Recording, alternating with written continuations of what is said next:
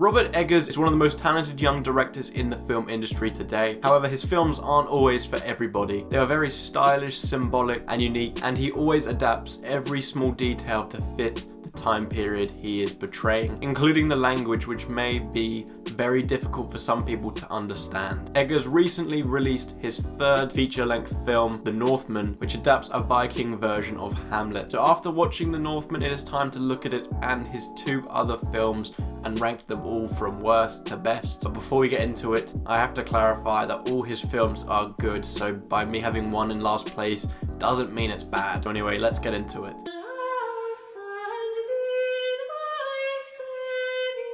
In his first feature-length film, Eggers perfectly depicts a 1630s New England with The Witch, where he manages to tell an unsettling tale after creating such an accurate environment. As well as being a drama and a period piece, The Witch also acts as somewhat of a horror film, however not the ones that you are used to. The horror elements are purely from the dark and unnatural environment and tension that is built. Tension crafted through small details such as the color palette and that environment that I mentioned, which had a lot of effort put into it by Robert Eggers and his team to create such an accurate look. In films with horror elements, you expect maybe some jump scares, but here all the tension is crafted through thrills and horrific imagery. As mentioned, for some, the language here may cause some difficulty in understanding what is going on or understanding these characters. I will admit I did have to focus a bit more to try and understand it, but I appreciated it and was happy to make that sacrifice in order to immerse myself in such a realistic environment. Although the film is titled The Witch, you don't really see a witch throughout this whole film, only very briefly. It's all about the activity and the strange things that happen from it. And in truth, the film is actually dialogue heavy. However, it doesn't drag at any points, maybe because of the short runtime, it just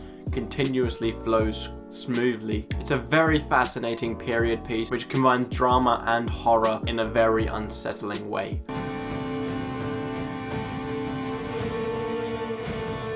Eggers' third movie, The Northman, the newly released one, is by far his biggest. Previous films he directed were very self-contained and small scale, but here we are dealing with an epic and one which is probably the most accessible to a wide range of audience. And while that does differ from his previous films, he still maintains his best tropes of creating such a realistic environment with even the smallest of details extremely accurate to the time period, as well as just some visually stunning cinematography from the opening scene to the final one. Alexander Skarsgård delivers a brutal performance, even amongst a stacked cast manages to stand out as the real star, whether that is due to his lack of mercy in battle or just his ability to fight or his cleverness which he uses later on in the film. Religion was an important part of this time period, and Eggers manages to mix in the more fantasy elements with the realistic ones to make it a nice blend. At times it can feel a bit out of place and, to be honest, can ruin the momentum, but it still matches Eggers' vision. But yeah, it can be a bit overdone at points. While it is on a much larger scale than The Witch and The Lighthouse, The Northman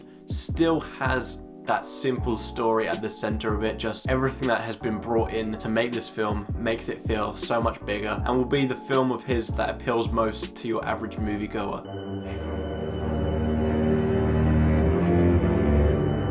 My easy winner though is The Lighthouse, and to be honest, it may be an unfair comparison with these films because in preparation for this video, this was the third time I watched The Lighthouse, whereas the other two I've only watched once. It is a film that I've enjoyed more with every rewatch. That could be the same for the other two films in time, but I just love how much of a unique film this is. It deals with two lighthouse keepers isolated on this island in horrible conditions, and you slowly see them go insane. And to be honest, a small reason why I might have enjoyed it more is because we've obviously come off the back of many lockdowns depending on where you are, and that time isolated did change me up a little bit. In some small scale way I can relate to this film, but not to the same extent. And from my experience isolating like it's portrayed here, you deal with the same thing every day as you're in the same environment and for these characters in the same weather, as well as constantly hearing the foghorn from the lighthouse go off. The slow decline into insanity was intriguing, and Robert Pattinson and Willem Dafoe were absolutely brilliant to watch. They even provided some subtle comedy at times just to add a bit of quirkiness to the other elements. The scale of insanity allows these actors to pretty much go crazy and do whatever they want because they are given the freedom to act on a crazy scale, and I'm glad that these two actors made the most of it. Besides from its compelling writing and storytelling, The Lighthouse really creates its tone from its black and white filter and aspect ratio. As I mentioned about the isolation part, this black and white filter, us watching it, it's just all familiar, you know, it's only two colors that you see for the whole runtime, and that can come off repetitive, as well as the aspect ratio feeling small, you know, claustrophobic, indicating that they are stuck on that island. The film lacks positivity, and once again takes a simple concept and creates an absolutely brilliant film, which only gets better with every rewatch. And not to mention, at the end of the day, there's an unclear ending of whether what we see is the truth or just the point of view of an unreliable narrator, and that just adds a bit of extra quality to the mix. Thank you so much for watching today's video. This may not be a popular one because, as I mentioned, Eggers is a very stylish director whose films don't appeal to your average moviegoer, but it's one that I was very excited to make because I think his films are very fascinating. As mentioned, he's a young, talented director. I look forward to more films that he will make in the near future. Feel free to let me know what your ranking is down below, as I'm interested to see what other people think of Eggers' work. But anyways, thank you so much for watching. Please like and subscribe, and I hope to see you in my next video.